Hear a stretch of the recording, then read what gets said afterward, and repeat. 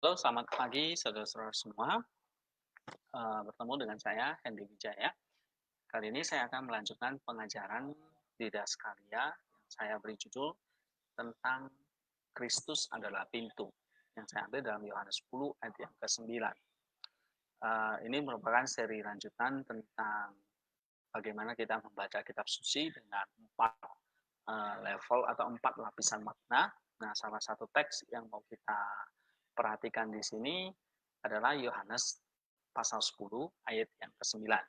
Kita akan lihat level yang pertama atau lapisan yang pertama tentang literal meaning, textual meaning, ya, yang ada pada teks itu. Lalu dari teks tersebut kita akan mencoba mencari dan membahas uh, spiritual meaning yang ada di balik teks tersebut.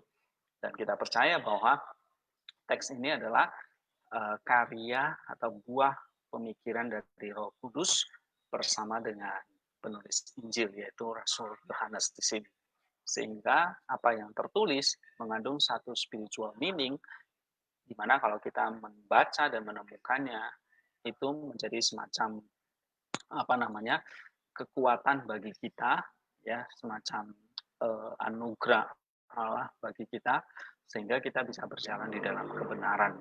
Nah, kita percaya bahwa spiritual meaning itu seperti kata Rasul Paulus, itulah menjadi satu didaskalia pengajaran yang akhirnya bisa mengoreksi kita, memperbaiki tingkah laku kita, dan menuntun kita ke dalam kebenaran, dan kebenaran yang kita pelajari di dalam spiritual meaning ini akhirnya teraplikasikan dalam kehidupan kita. Dan pada akhirnya kita menjadi orang-orang yang suci, orang-orang yang kudus, yang senantiasa melakukan apa yang menjadi perintah atau kehendak Allah dalam kehidupan kita. Nah, kita bisa baca dalam 2 Timotius 3 ayat 15 sampai 17. Ya, dalam Efesus 2 ayat 10 kita dipanggil menjadi orang percaya untuk hidup di dalam kekudusan untuk melakukan pekerjaan atau perbuatan-perbuatan baik yang disebut dengan kebajikan. Oleh sebab itu, saudara-saudara, kita perlu sekali merenungkan firman Tuhan ini dengan berbagai macam lapis tadi. Yang pertama adalah kita mencoba melihat textual meaning, kemudian spiritual meaning, lalu yang ketiga aplikasinya adalah bagaimana itu menegur kita dan melakukan apa yang menjadi perintah dan perbuatan baik tersebut. Kemudian level yang keempat, ini makin memurnikan kita menjadi orang suci atau orang kudus. Nah, saudara-saudara, kita lihat contoh hari ini, satu pengajaran ya. Yohanes 10 ayat 9, di situ dikatakan ego emi hetura dia emu eantis eselte sote setai kai esen lusetai kai esen lusetai kai nomen eurese, ya. Nah, kalau saya terjemahkan berarti aku adalah pintu itu, ego emi hetura.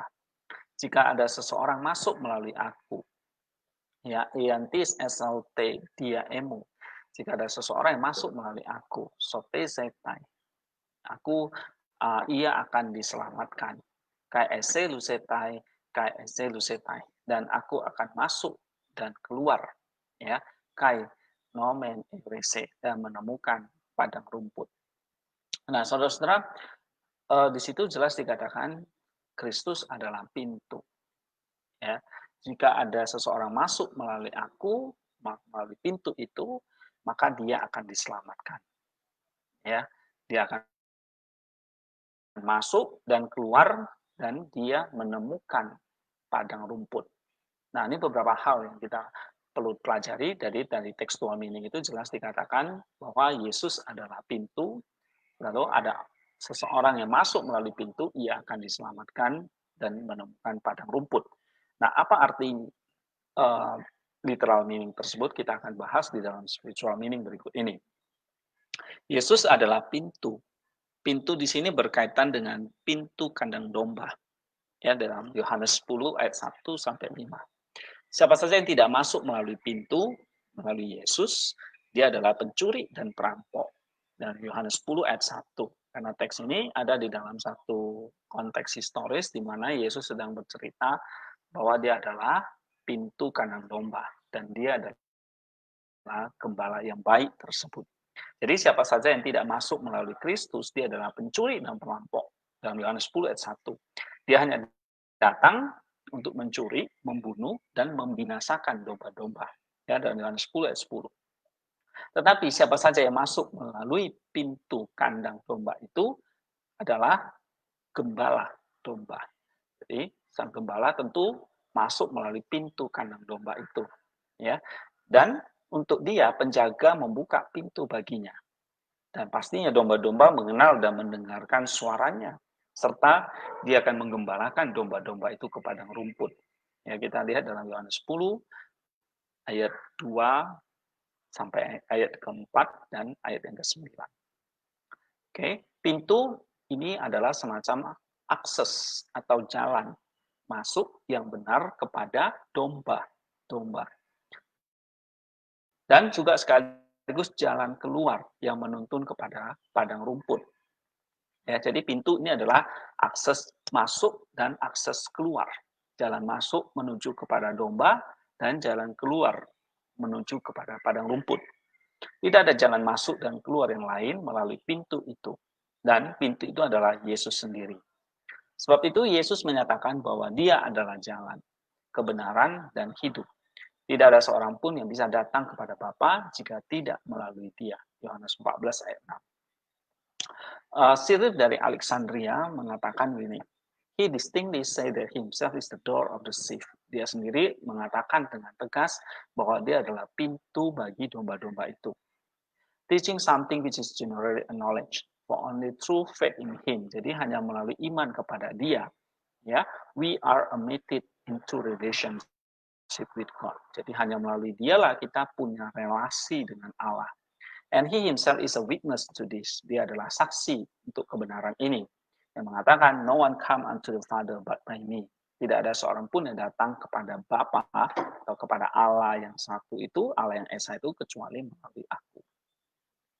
Nah, jadi jelas di sini bahwa Kristus adalah pintu atau jalan yang benar dan satu-satunya, ya. Dan jika seseorang masuk melalui pintu itu, maka dia akan memperoleh hidup yang berkelimpahan, yaitu dia bersama, dia bersekutu dengan Bapa.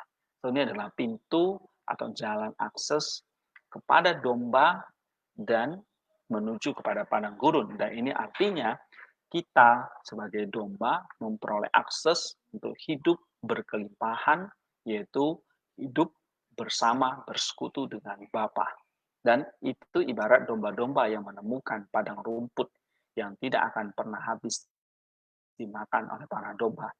Hidup yang berkelimpahan adalah hidup bersekutu dengan Allah Bapa, sebab dia adalah sumber hidup yang berkelimpahan.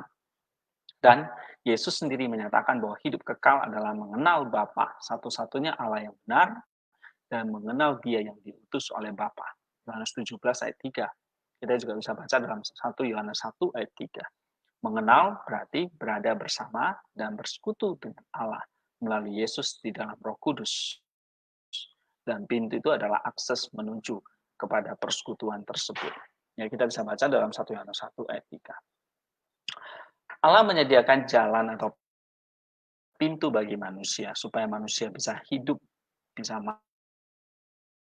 masuk, dan persekutuan dengan dia adalah satu persekutuan yang kekal, sebab Allah itu adalah kekal. Untuk membuka pintu atau menyediakan jalan itu, Allah dalam kasih-Nya mengutus firman Allah berinkarnasi jadi manusia secara sukarela.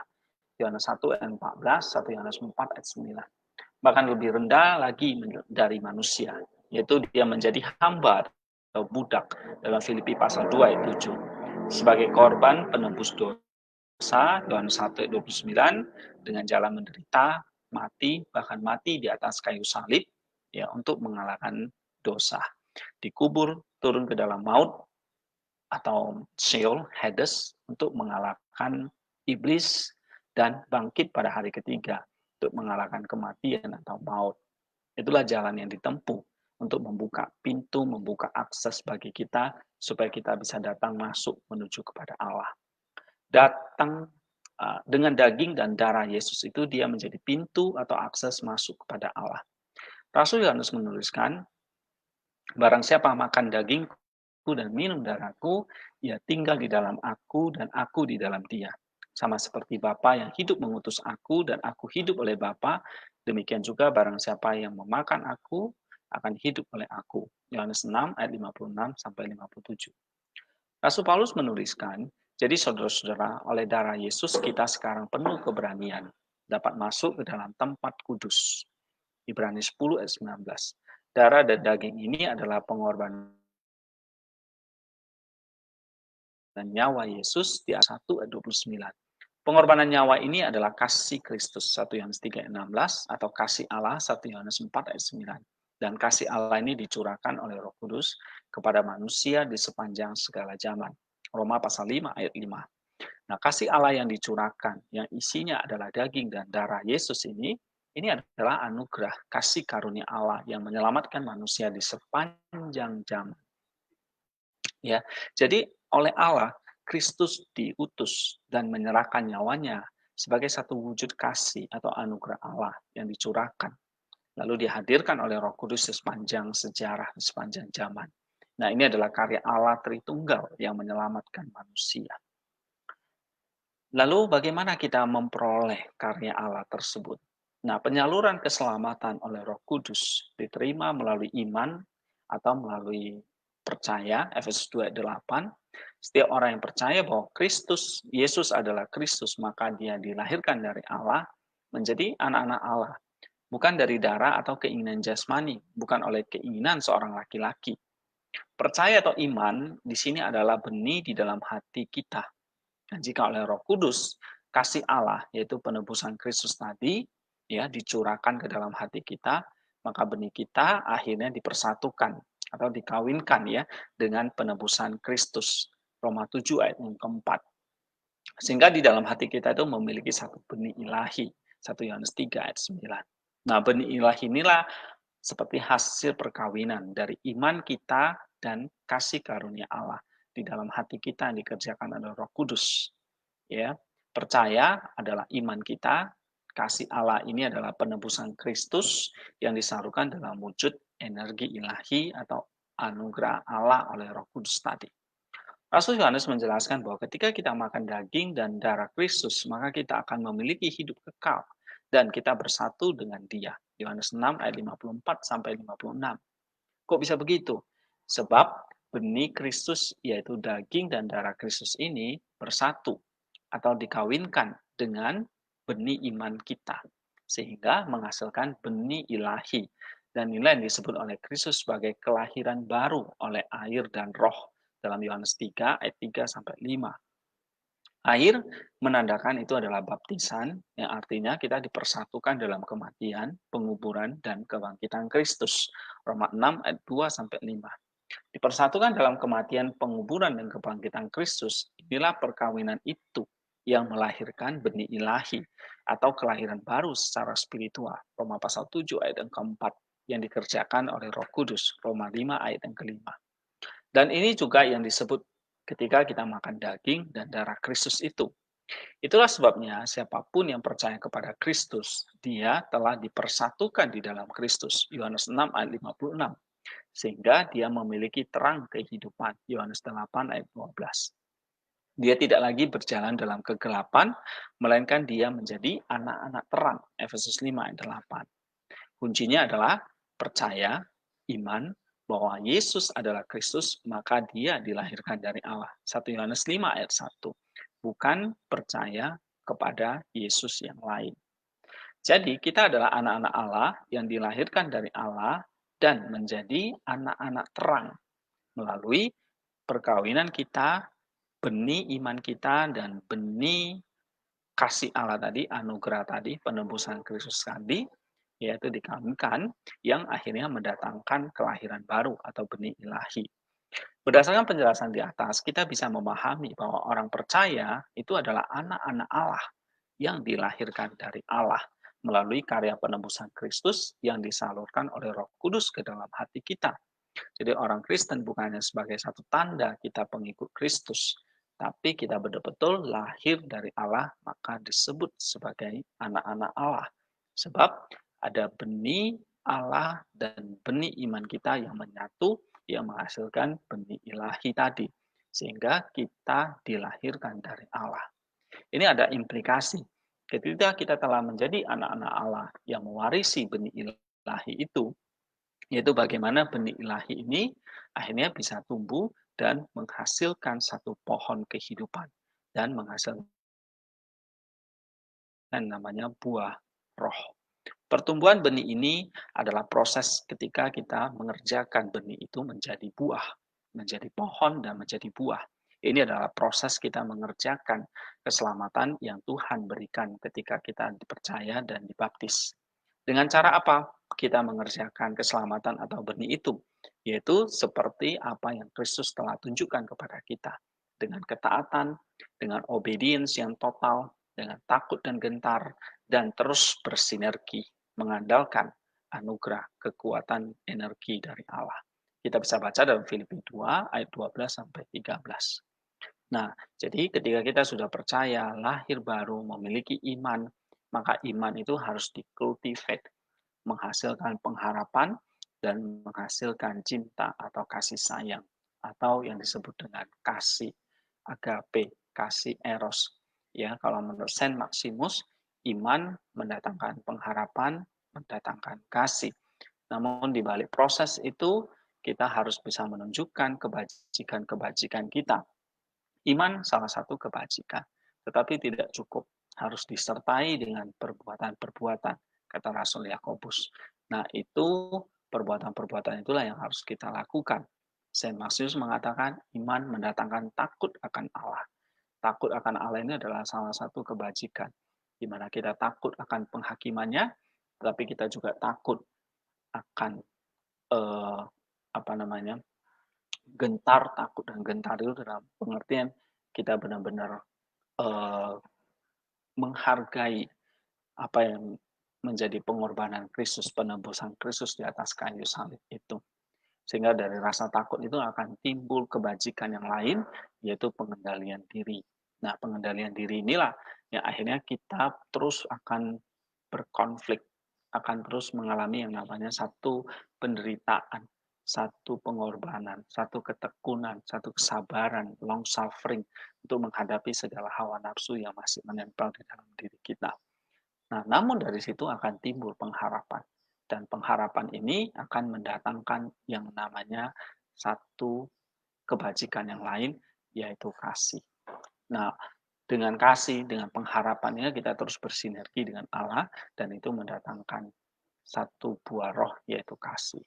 Mengerjakan keselamatan kita adalah bagaimana kita terus melakukan pembaruan atau pemurnian, ya, sebagai anak-anak Allah melalui pengurusan hidup dan kasih. Tujuan utama hidup kita setelah kita menjadi percaya tentu terus berada di dalam Kristus. Mengerjakan keselamatan itu ya di dalam keselamatan itu. Di dalam Kristus berarti di dalam keselamatan. Sebab dia adalah pintu keselamatan. Pastikan kita terus ada di dalam dia. Ya, Kristus adalah keselamatan itu sendiri. Sebab di dalam Kristus kita adalah ciptaan baru atau manusia baru yang mengenakan Kristus atau memakai Kristus melalui baptisan. Di dalam baptisan kita menunggal dengan kematian dia yang mengalahkan dosa. Dalam baptisan kita juga menunggal dengan penguburan Kristus yang mengalahkan iblis, sang penguasa alam maut atau Hades.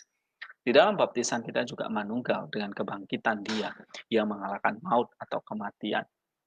Baptisan di dalam Kristus berarti manusia lama kita yang mati karena dosa ikut turut disalibkan, dikuburkan, dan dibangkitkan bersama Kristus untuk memperoleh hidup baru atau hidup kebangkitan itu, manusia baru itu yang sekarang hidup ada di dalam Kristus atau bersama Kristus.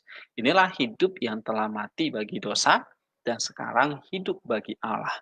Inilah artinya tujuan hidup kita, yaitu mengerjakan keselamatan kita. Kita sudah mati bagi dosa dan hidup bagi Allah.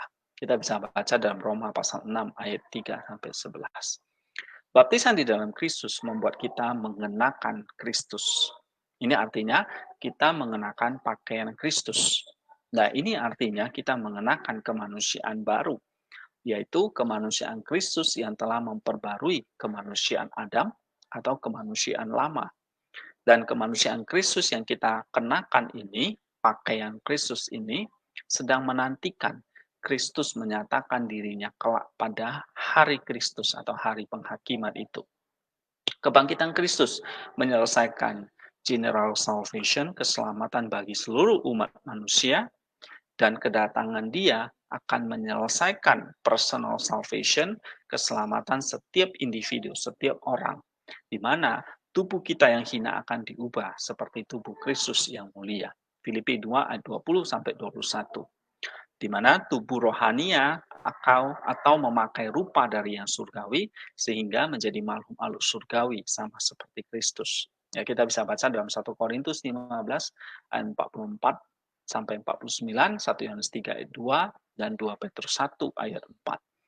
Rupa Kristus akan menjadi nyata di dalam diri kita, pertama roh jiwa kita, kemudian tubuh kita pada hari Kristus itu. Sehingga kita semua, baik tubuh, baik roh, jiwa, dan tubuh, semua mengenakan Kristus yang tidak lagi dapat binasa, dan disitulah kita mengalami hidup yang kekal. Kita bisa baca dalam Galatia 4 ayat 19, 1 Petrus 1 ayat 5, 1 Korintus 15 ayat 51 sampai 53. Nah, ketika kita memakai kemanusiaan Kristus, maka kita menjadi manusia baru. Kemanusiaannya baru, maka kita menjadi individu atau manusia yang baru, kainos anthropos. Ini artinya kemanusiaan yang terus memperbarui manusia itu. Ya, terus memperbarui akunya, manusianya, menuju satu kekudusan yang sesungguhnya menurut ukuran Kristus. Efesus 4:24 dan Kolose 3:10. Kita akan terus bertumbuh ke arah Kristus, ya, bertumbuh kepada satu tujuan yang pasti, yaitu menjadi dewasa seperti Kristus dalam Efesus 4:13 dan 15, sehingga pada akhirnya kita atau manusia baru ini akan menjadi segambar dan serupa dengan Kristus. 1 Yohanes 3 ayat 2. Di dalam Kristus kita terus menyempurnakan manusia baru melalui pengudusan sampai kita menerima satu keselamatan yang seutuhnya pada hari Kristus itu, di mana tubuh kita akan dibangkitkan untuk memperoleh tubuh yang mulia. Ya. Manusia baru adalah manusia Allah atau manusia ilahi, theoanthropos, di mana kita punya fondasi di dalam Kristus, bertumbuh di dalam Dia, dan pada akhirnya manunggal bersama dengan Dia. Manusia baru adalah manusia yang batininya, esopen anthropos. Ini artinya jiwa dan roh kita dilahirkan kembali, tadi menjadi anak Allah, memiliki benih ilahi, dan terus diperbarui sekarang dari hari ke hari, sehingga roh atau jiwa atau batin itu bisa semakin bertumbuh dewasa seperti Kristus. Memang waktu kita lahir baru, masih seperti bayi di dalam Kristus. Itulah sebabnya kita perlu mengerjakan untuk semakin bertumbuh. Nah, untuk bertumbuh sampai menghasilkan buah, kita perlu yang namanya asupan, makanan yang bergizi. Itulah anugerah Allah, energi yang kita terima dari Allah setiap hari melalui apa? Melalui usaha-usaha kita yang terus bersinergi dengan Allah.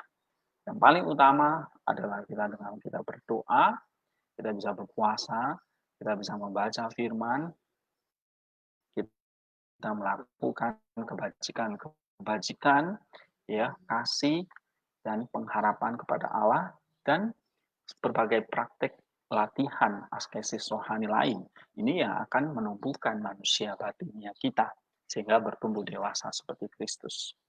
Tapi manusia baru ini juga bukan hanya manusia batin, tetapi juga manusia lahiria, tubuh jasmani, exoanthos. Sehingga tubuh ini juga harus kita perhatikan. Tubuh kita di dalam manusia baru, bahkan dikatakan itu adalah bait Roh Kudus. Sehingga kita yang adalah tubuh ini, di dalamnya berdiam roh dan jiwa kita, dan itulah menjadi satu tempat atau bait rumah dari Roh Kudus yang harus dipersembahkan kepada Allah di dalam kekudusan. Roma 12 ayat 1, 1 Korintus 6 ayat 19, dan 1 Korintus 3 ayat 17.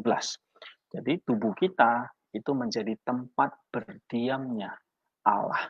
Sehingga manusia baru ini, baik yang batinia dan yang jasmania ini terus juga menerus diperbaharui.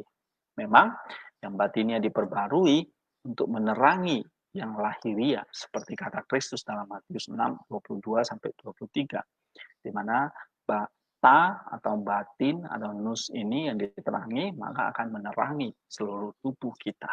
Sehingga manusia lahiria ini terus juga diperbaharui oleh manusia batinia kita.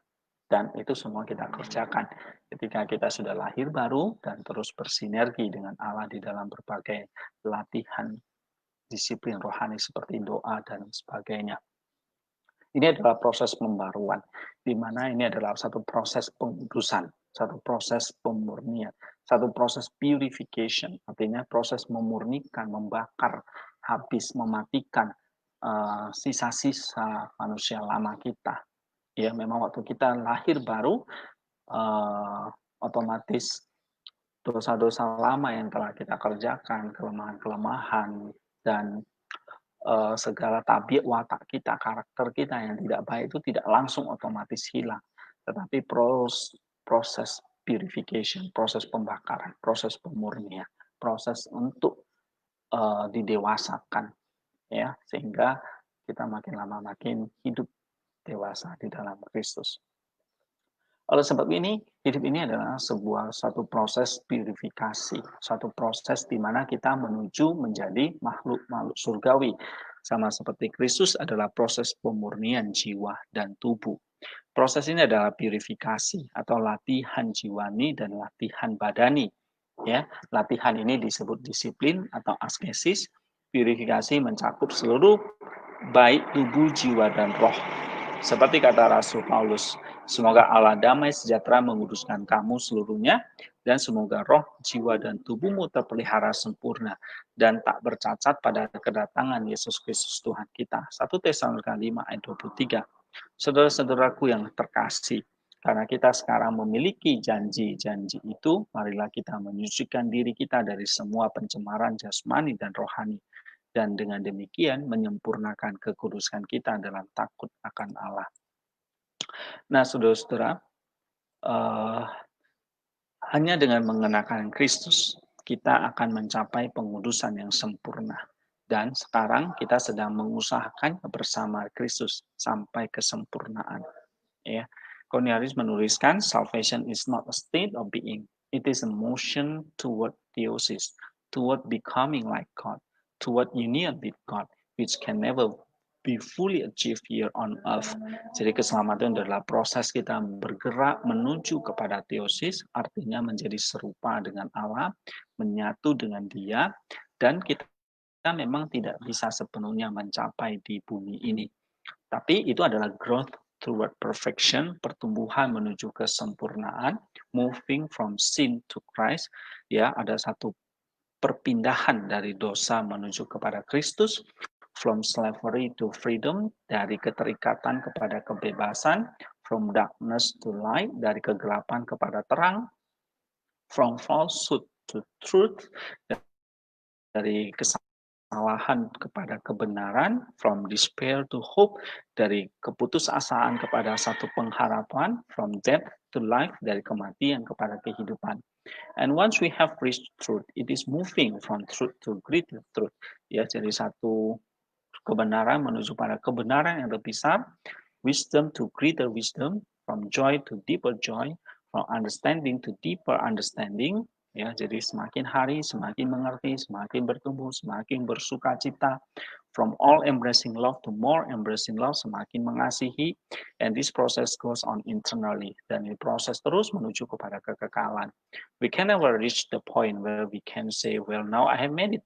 I just have to sit around and be perfect. Kita tidak bisa mengatakan, aku sudah sempurna. Tapi kita harus duduk dan untuk terus mengerjakan kesempurnaan itu. Latihan jiwani adalah pemurnian manusia batinia. Dan latihan badani adalah pemurnian manusia jasmania kita. Latihan jiwani adalah pembaruan hati atau nus kita dari hari ke hari. Tapi latihan badani mempersembahkan tubuh kita kepada Allah. yaitu menyerahkan segenap anggota tubuh kita kepada Allah untuk melakukan kebenaran dan menyalibkan atau mematikan segala hawa nafsu daging kita. Ini adalah askesis, baik yang jiwani maupun yang badani.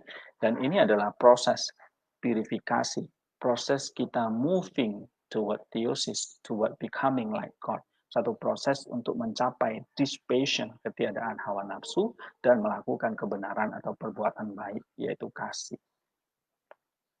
Nah, saudara-saudara, latihan jiwani menentukan latihan badani.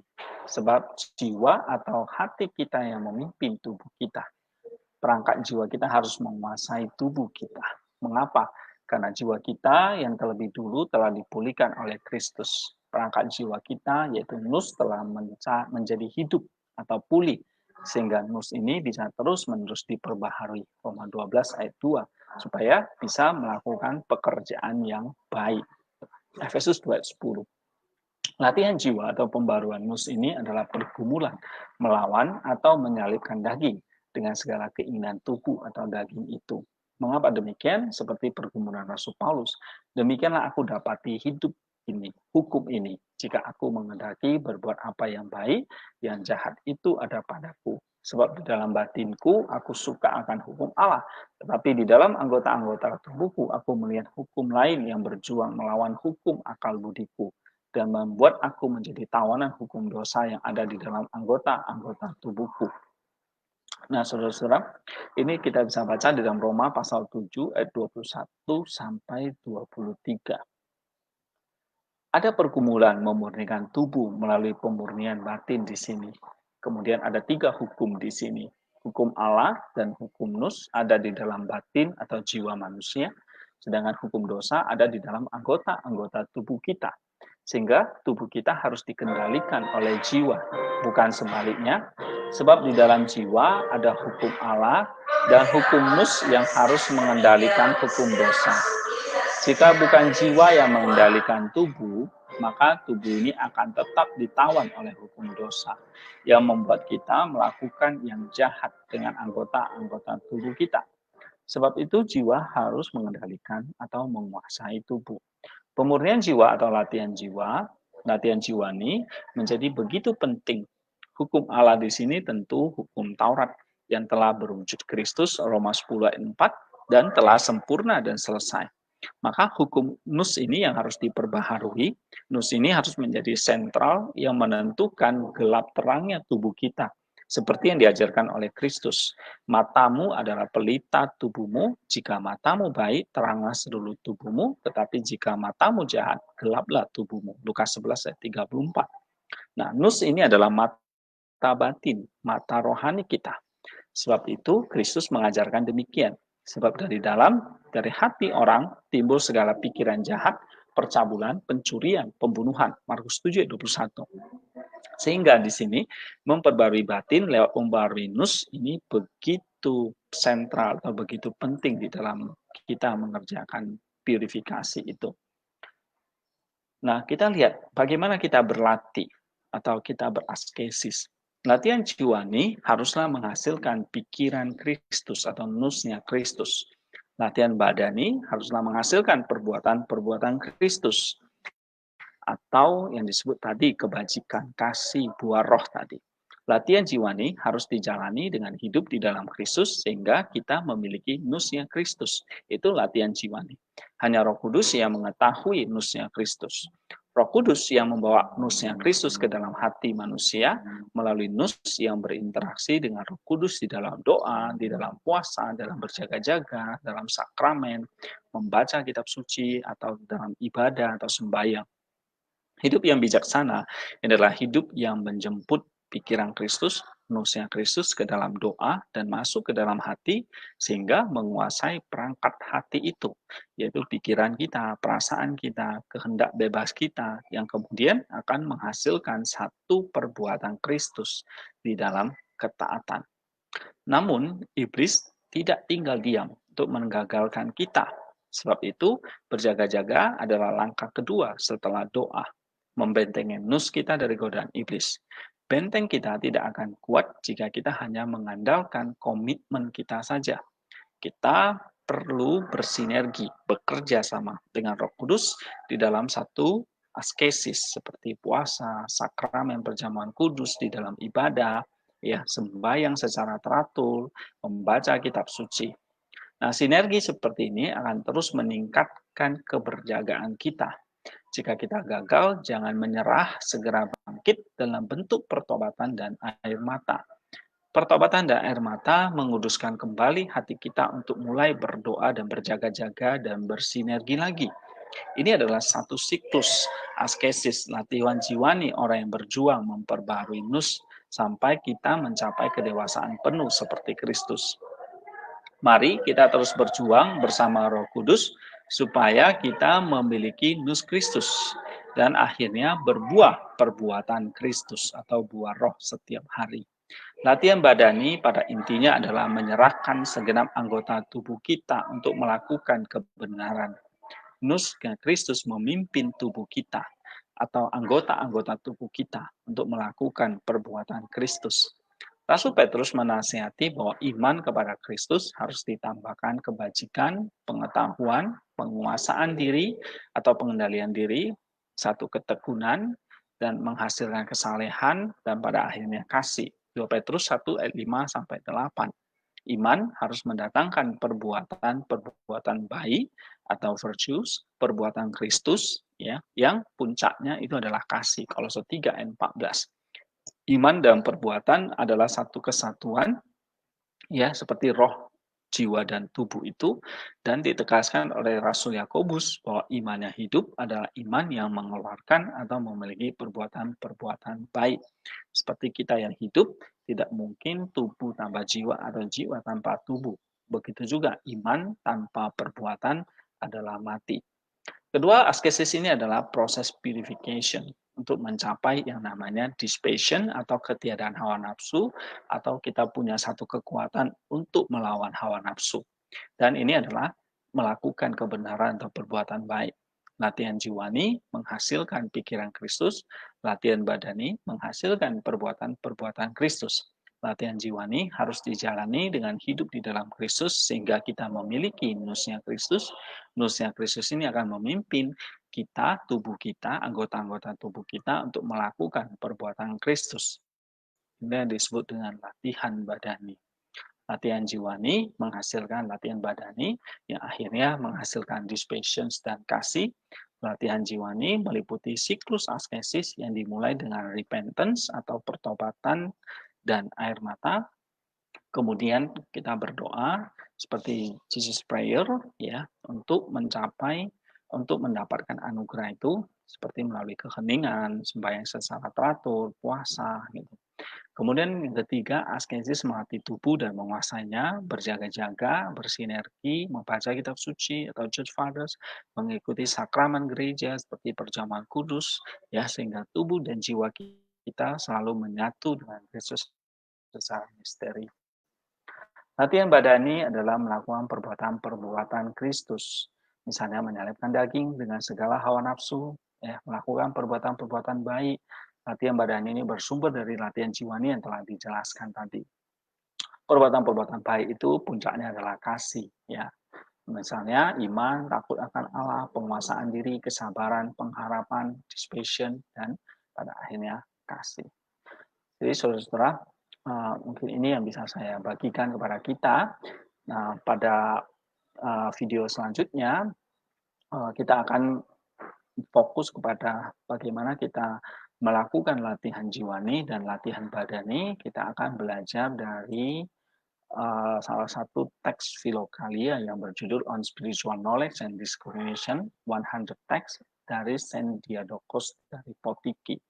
Nah, Diadochos dari Potiki ini akan menolong kita untuk mengerti bagaimana sebetulnya kita mengerjakan latihan jiwani dan latihan badani kita. Ya, ada 100 teks yang merupakan perkataan-perkataan singkat hikmat dia tentang hal-hal spiritual, ya, dan discrimination, bagaimana kita bisa membedakan yang baik dan jahat, ya, sehingga kita bisa melakukan yang namanya latihan jiwani seperti doa, askesis, nefsis, sinergi, reading Bible, dan sakramen, ya, menyelipkan daging dan menghasilkan perbuatan-perbuatan baik tersebut. Pada video berikutnya kita akan pelajari. Nah, semoga aplikasi yang bisa kita terapkan dari video ini adalah bagaimana kita, kalau Yesus itu sebagai pintu, bagaimana semakin bertumbuh, more deeper, more understanding, more loving, ya, semakin mengerti, semakin mengasihi, semakin mengerti, semakin mengasihi.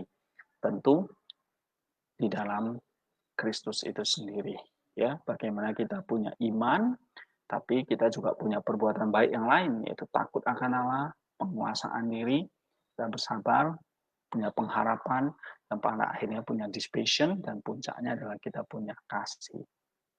Ini seperti yang dijelaskan oleh Saint Maximus, ya, mulai dari iman, timbul takut akan Allah, maka akan timbul penguasaan diri, akan timbul kesabaran, akan timbul pengharapan, pengharapan akan menghasilkan dispassion barulah bisa mencapai yang namanya kasih.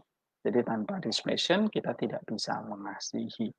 Ya, mari kita mempraktikkan itu. Tentu ini semua harus dikerjakan, iman sampai kasih harus dikerjakan ketika kita sudah mengerjakan latihan jiwa ini secara teratur. Ya, ini seperti semacam siklus. Ya, kita bertobat, kita berdoa, kita latihan lagi, kita berjaga-jaga, kita bersinergi, kita membaca kitab suci, kita mengikuti sakramen gereja dan sebagainya untuk mencapai yang namanya iman, takut akan Allah, penguasaan diri, kesabaran, pengharapan, dispassion, dan kasih. Inilah praktikal yang bisa kita kerjakan dalam kehidupan kita sehari-hari. Oke, terima kasih. Semoga ini menolong kita semua. Sampai jumpa pada pengajaran Didaskalia yang berikutnya. Thank you semua. God bless us.